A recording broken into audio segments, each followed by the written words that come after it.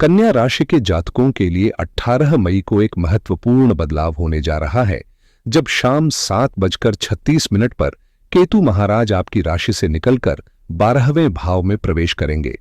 पिछले 18 महीनों में केतु का असर आपकी राशि पर बहुत गहरा था, जिसने जीवन में कई मुश्किलें और नुकसान दिए। केतु महाराज की स्थिति को समझें जैसे कोई व्यक्ति बिना सिर के हो।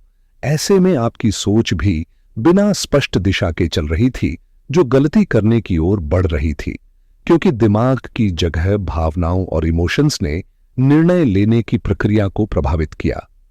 यह समय आपके लिए एक संकेत है कि अब आप जिस दिशा में जा रहे हैं, वहां अपने फैसलों को तर्क और संतुलन के आधार पर लेना जरूरी होगा।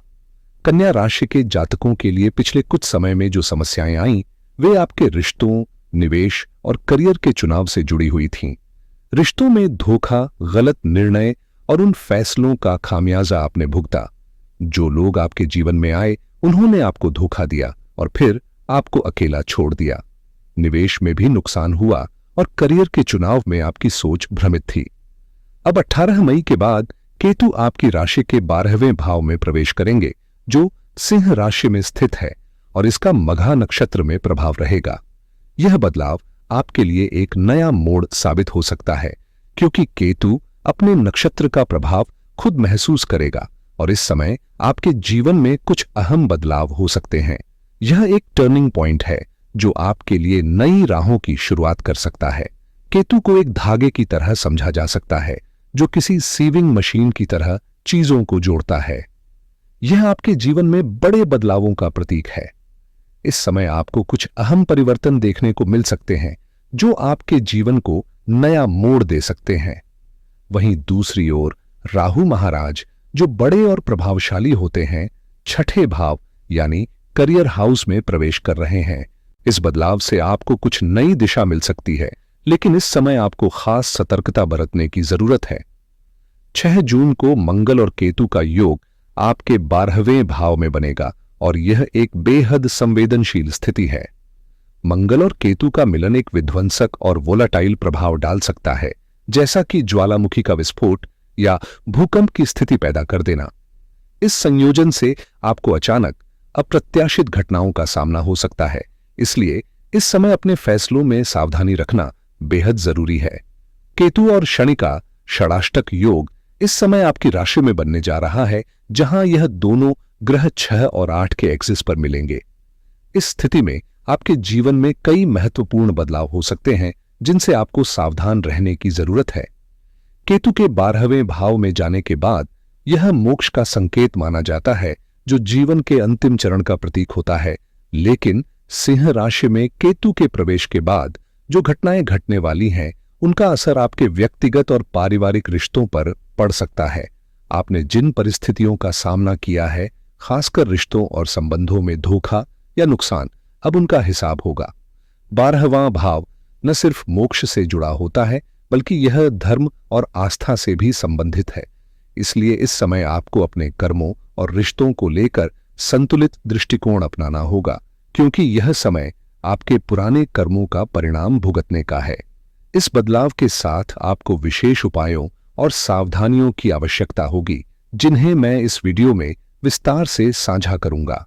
चैनल पर नए हैं तो कृपया सब्सक्राइब करें और बेल आइकन दबाएं, ताकि आप हमारी लेटेस्ट अपडेट्स सबसे पहले पा सकें।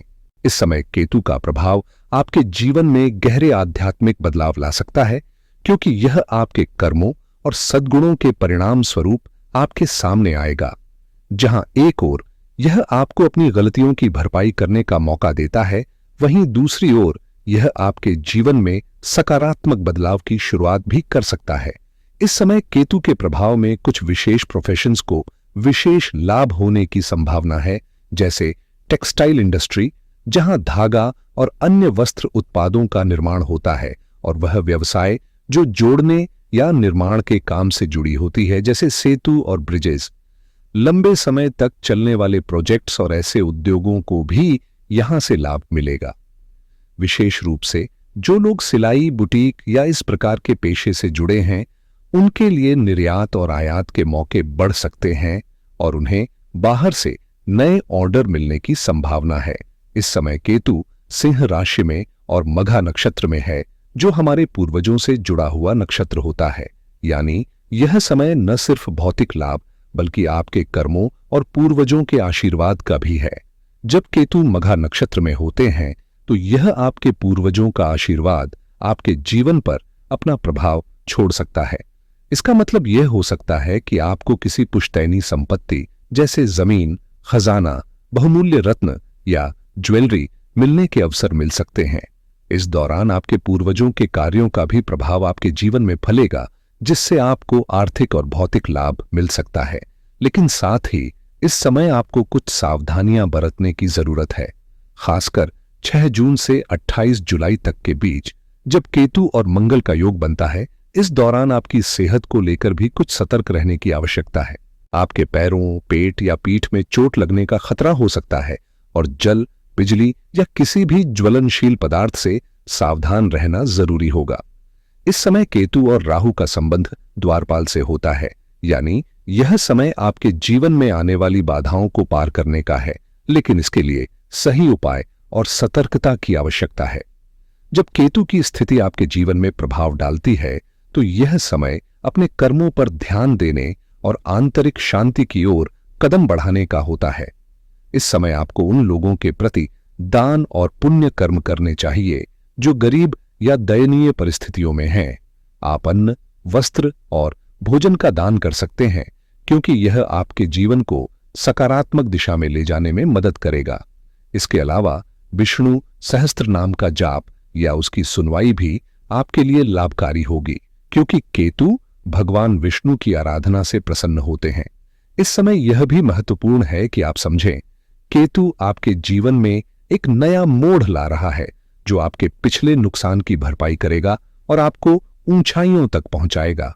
केतु की दृष्टि आपके चौथे स्थान पर पड़ेगी और उसकी पंचम दृष्टि धनु राशि पर होगी, जो आपके जीवन में लक्ष्य की प्राप्ति का संकेत है। यह बदलाव आपके लिए सफलता और नई दिशा की शुरुआत कर सकता है।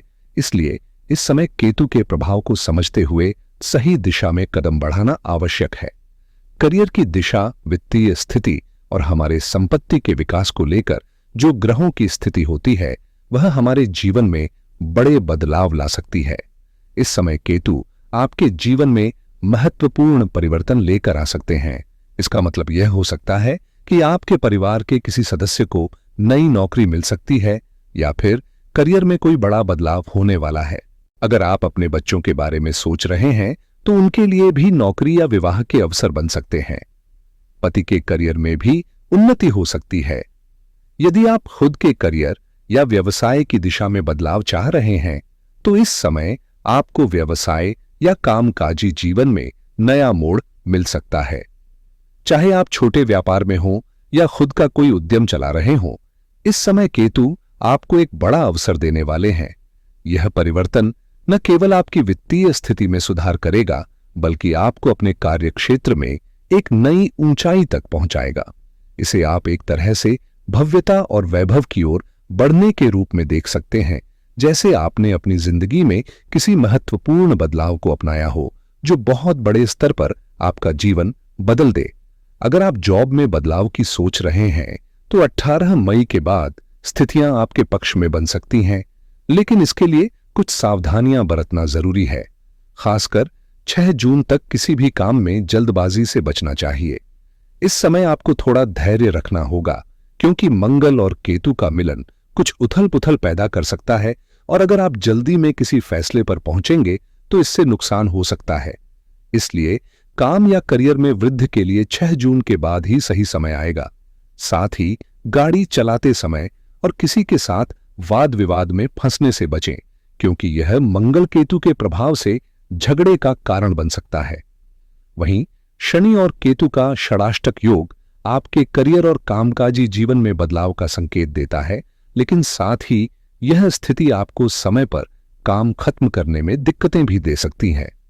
केतु की दृष्टि आपके अष्टम भाव पर पड़ेगी, जो अप्रत्याशित बदलाव और मुश्किलों का संकेत देती है।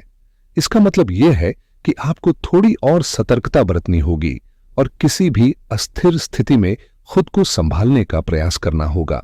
केतु महाराज की दृष्टि मेष, राशि के अष्टम भाव में आने से आपके जीवन में कई महत्वपूर्ण बदलाव होने वाले हैं। इसका सबसे पहला असर आपके गुप्त शत्रुओं पर पड़ेगा, जिनसे आपको पहले कुछ समस्याएं और अड़चनें आ रही थीं। इस समय यह स्थिति धीरे धीरे सुलझेगी और जो भी कार्यों में रुकावटें, बाधाएं या मुश्किलें आ रही थीं, वे समाप्त होती दिखाई देंगी। उदाहरण के तौर पर, अगर घर में किसी का विवाह नहीं हो पा रहा था, किसी की नौकरी में अटकाव था या किसी प्रकार के मानसिक तनाव जैसे डिप्रेशन और एंजाइटी की स्थिति बन रही थी, तो अब यह सारा दबाव कम होता जाएगा। इसी तरह जिन लोगों को पढ़ाई और कौशल होने के बावजूद नौकरी नहीं मिल रही थी या कार्य में सही पहचान नहीं मिल रही थी, अब आपको अपने प्रयासों का सही फल मिलना शुरू होगा। इसके अलावा जो कार्य लंबे समय से अटके हुए थे, जैसे जमीन का खरीदना बेचना या अन्य किसी महत्वपूर्ण काम में देरी हो रही थी, उन पर भी अब सकारात्मक बदलाव आएंगे। मंगल और केतु की यह जो युति बन रही है, वह आपके जीवन में होने वाली कठिनाइयों पर एक निर्णायक प्रहार करेगी, जिससे जीवन की परेशानियां हल होंगी और आपको आपके किए गए प्रयासों का वास्तविक परिणाम मिलेगा। अब जिन रुकावटों और बाधाओं का सामना आप कर रहे थे, वे धीरे धीरे खत्म होती हुई नजर आएंगी। केतु और राहु की उपस्थिति तेजी से काम करने की प्रेरणा देती है, जैसे हवा में घी डालने से आग फूंक उठती है। यह प्रक्रिया आपके जीवन में कार्यों को तेजी से गति देने का काम करेगी और धीरे धीरे कामों में आने वाली रुकावटें समाप्त हो जाएंगी। इस समय में अचानक धन लाभ होने की संभावना भी मजबूत बनती दिख रही है। खासकर जो गृहिणियां या हाउसवाइफ्स हैं, उनके लिए ये समय बहुत ही अच्छा है, क्योंकि उनके जीवन में खुशखबरी का आना तय है। केतु की दृष्टि चौथे स्थान पर पड़ रही है, जिससे आध्यात्मिक पथ पर अग्रसर होने की प्रवृत्ति बढ़ेगी। मन में वैराग्य का भाव उभर सकता है, लेकिन इसका मतलब यह नहीं कि घर में आरामदायक जीवन या रोमांटिक रिश्तों में कमी आएगी। दरअसल केतु महाराज के नक्षत्र से निकलने के बाद वे शुक्र के नक्षत्र में प्रवेश करेंगे, जो आपके जीवन में नए बदलाव और सुखद परिस्थितियों को जन्म देगा।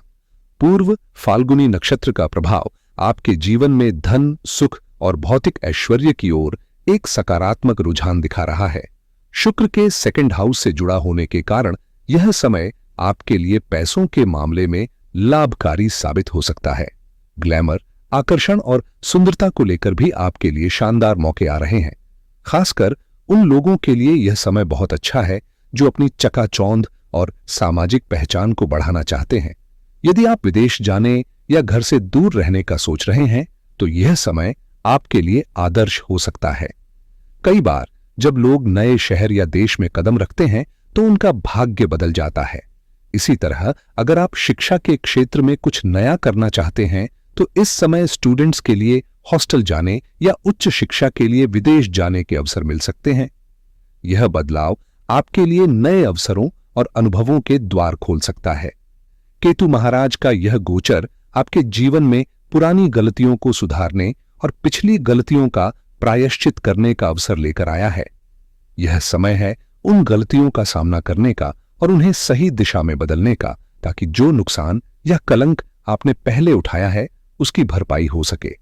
अगर आप इस दौरान विष्णु सहस्त्र नाम का पाठ करें या किसी द्वारपाल, गेटकीपर की सेवा करें, तो आपको इस गोचर के माध्यम से विशेष आशीर्वाद मिल सकते हैं। इस समय आपके जीवन में एक सकारात्मक बदलाव आएगा, जो आपकी आत्मा को शुद्ध करेगा और आपको आगे बढ़ने के लिए नए अवसर प्रदान करेगा। अंत में, अगर आप मेरे चैनल पर नए हैं, तो कृपया सब्सक्राइब करें। धन्यवाद।